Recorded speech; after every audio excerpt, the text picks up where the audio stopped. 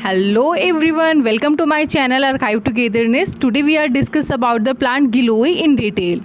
इसको गुड़ची भी कहते हैं. इसका बोटानिकल नेम टीनोस्पोरा कार्डिफोलिया होता है. अब हम इसका इंट्रोडक्शन देखेंगे. Natural product with the medicinal values are gradually gaining the importance in a clinical research due to their well known property of no side effect as compare to drugs. ठीक है, ये हमारा जो नेचुरल प्रोडक्ट होता है गुड़ची का, ठीक है, इसमें इतनी ज़्यादा मेडिसिनल वैल्यूज़ होती हैं, इतनी ज़्यादा ये इम्पोर्टेंस होता है, या इसका इतना ज़्यादा क्लिनिकल रिसर्च इंडस्ट्रीज़ में हम इसका यूज़ करते हैं. इसका क्यों यूज़ करते हैं? क्योंकि इसमें क्या है, इतनी ज़्यादा मेडिसिनल वैल्यूज़ हैं. इसके साइड इफ़ेक्ट भी बहुत लेस हैं इसके साइड इफ़ेक्ट. ठीक है, as compare to other drugs in the comparison to कि अदर हम प्लांट को देख लेते हैं, या तो अदर जो हम मेडिसिन का मैन्युफैक्चरिंग करते हैं, तो उसके कंपैरिजन में इसका साइड इफ़ेक्ट बहुत ज़्यादा लेस है और इसमें मेडिसिनल वैल्यूज़ बहुत ज़्यादा हैं. तो ये हमारा आज का प्लांट है जिसके बारे में हम पढ़ेंगे डिटेल से. तो आप समझ लीजिए ये कितना इम्पोर्टेंट प्लांट है हमारे लिए. ठीक है, tinospora cordifolia is known as Amrita in Sanskrit में इस प्लांट को अमृता कहा गया है. सोचिए कि आप एंशिएंट टाइम में इसको अमृता कहा गया है, तो इसमें कितनी ज़्यादा मेडिसिनल वैल्यूज़ होंगी. इसको एज़ कम्पेयर टू अमृत के कंपैरिजन में इसको कंपेयर किया गया है. It is regarded high for its medicinal value, इसलिए क्योंकि इसमें इतनी ज़्यादा हाई मेडिसिनल वैल्यूज़ हैं. ठीक है, ये हमारा इंट्रोडक्टिव पार्ट हो गया टीनोस्पोरा कार्डिफोलिया प्लांट का. अब हम आगे देखते हैं. ये प्लांट किंगडम प्लांटी का मेंबर है, अनरैंक करता है एंजियोस्पर्म में.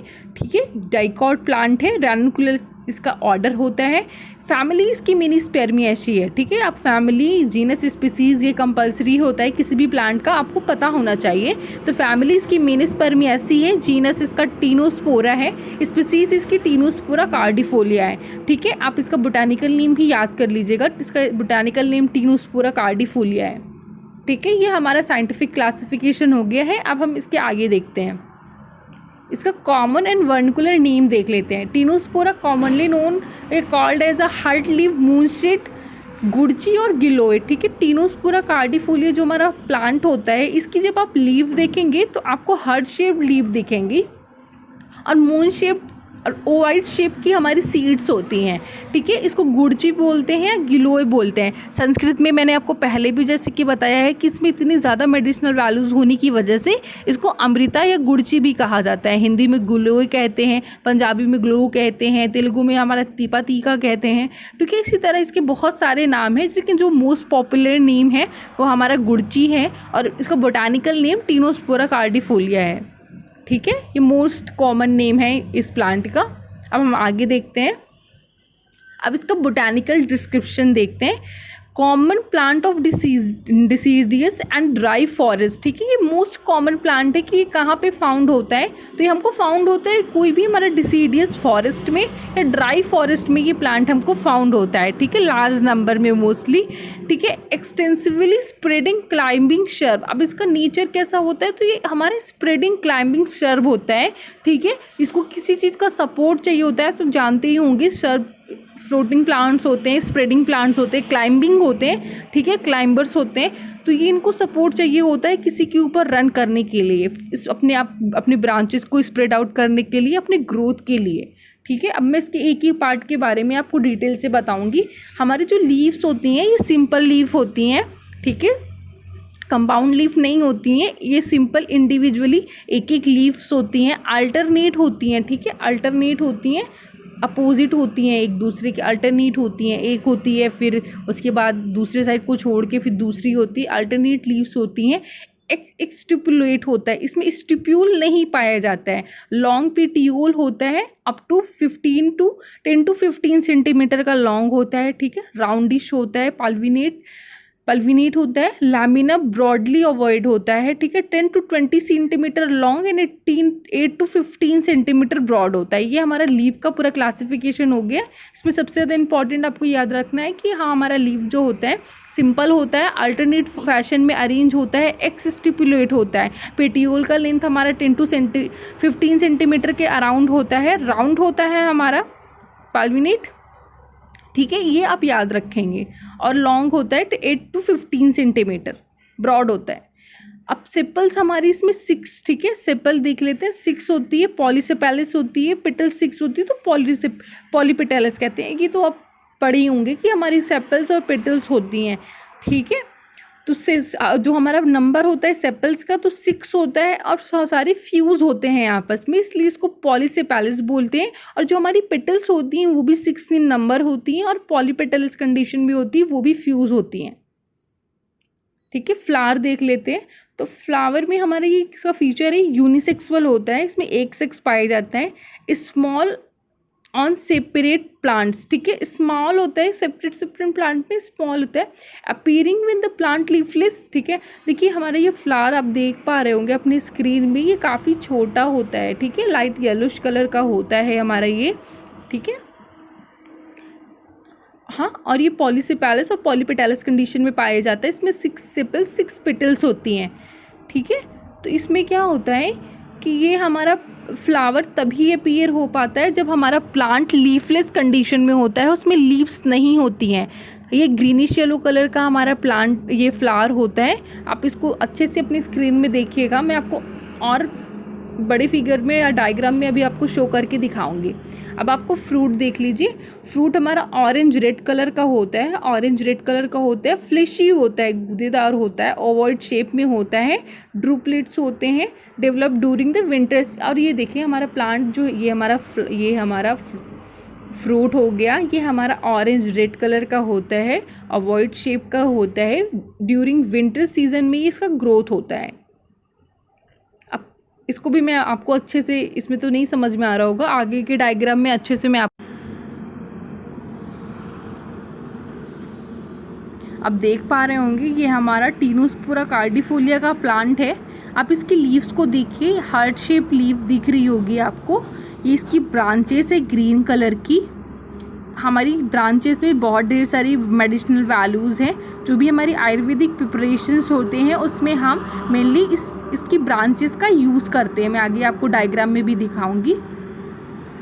ये देख लीजिए कि हमारा फ्रूट है, रेडिश और ऑरेंज रेडिश कलर का ये हमारा होता है, बंचेस के फॉर्म में होता है, ये हमारा ओवॉइड शेप का होता है, ठीक है। ये आप देखिए, इसमें आप अच्छे से देख पा रहे होंगे कि ये हमारा फ्रूट जो है बंचेस के फॉर्म में है, टीनोस्पोरा कार्डिफोलिया का। ये देखिए स्टेम, ये स्टेम का 2 to 3 इंच का कटिंग करके उसका बहुत ढेर सारी आयुर्वेदिक प्रिपरेशंस में, इवन बहुत ढेर सारी इसके टैबलेट्स मैन्युफैक्चरिंग वगैरह में हम लोग इसकी स्टेम का यूज़ करते हैं। इसकी स्टेम में आप देख सकते होंगे ये जो उभार स्ट्रक्चर्स हैं जो आपको दिख रहे होंगे, ये ऐसे ही फॉर्म में ये होता है।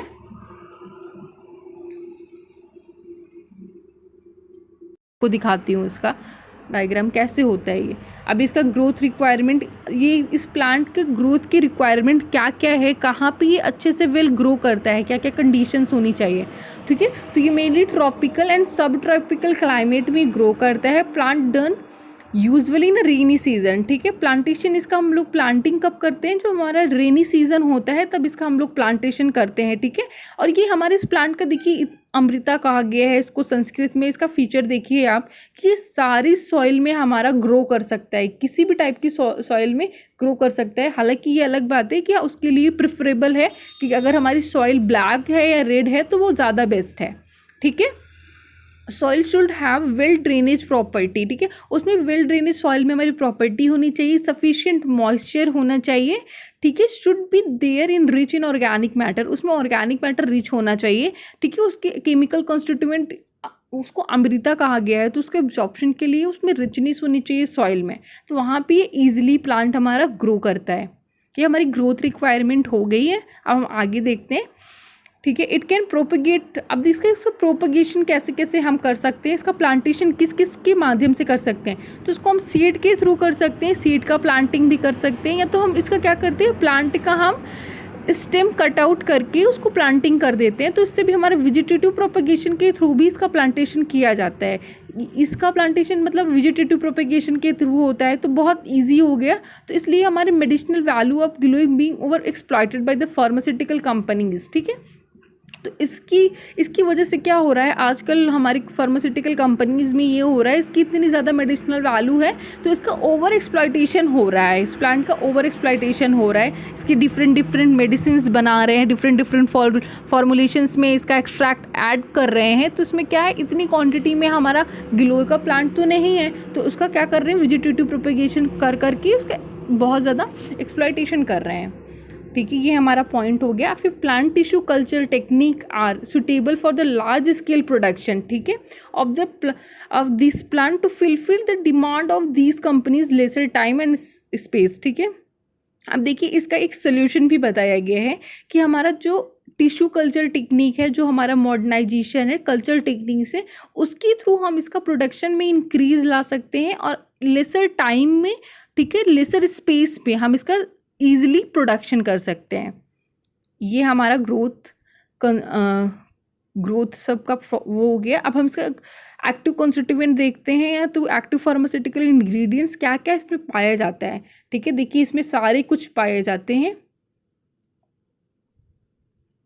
देखिए हमारा इसमें एल्कोलाइट पाया जाता है, ठीक है, डाइटरपीन्स, लैक्टून्स पाया जाता है, ग्लाइकोसाइड्स पाए जाते हैं,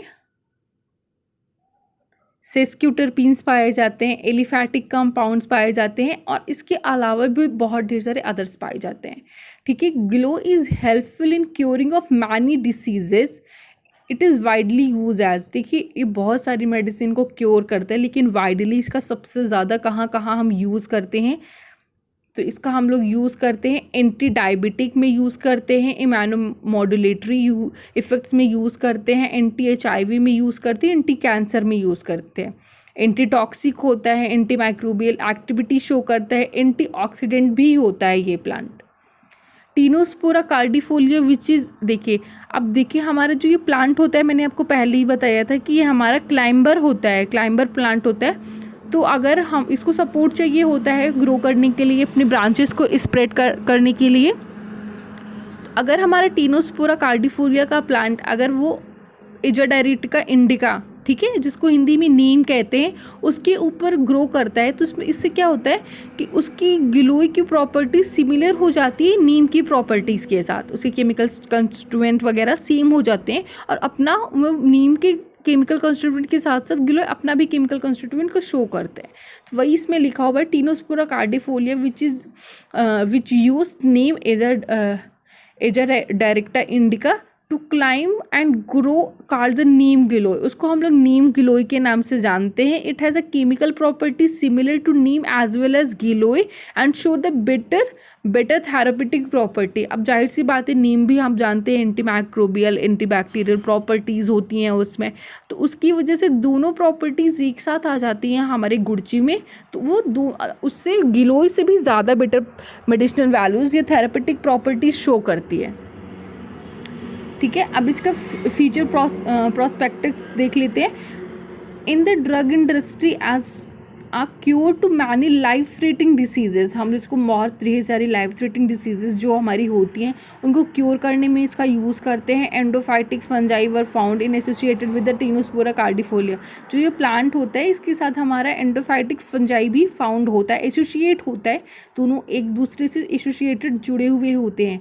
scientist are using the photodiversity to produce the nano particles, अब इसका देखिए रिसर्च इंडस्ट्रीज़ में इसका इतना ज़्यादा यूज़ कर रहे हैं हम लोग नैनो पार्टिकल का प्रोडक्शन करने के लिए। अब ये नैनो पार्टिकल का प्रोडक्शन जो कर रहे हैं, तो इसका कहाँ कहाँ ये अपना इंपॉर्टेंस प्ले करता है ये भी देख लेते हैं। तो nano particle play an important role in a drug delivery, diagnostic, imaging, synthesizing, gene delivery, artificial implants या टिश्यू इंजीनियरिंग, इतने सारे जगह इस नैनो पार्टिकल का हम लोग आज जेनेटिक इंजीनियरिंग ऑफ प्लांट्स में यूज़ कर रहे हैं। अब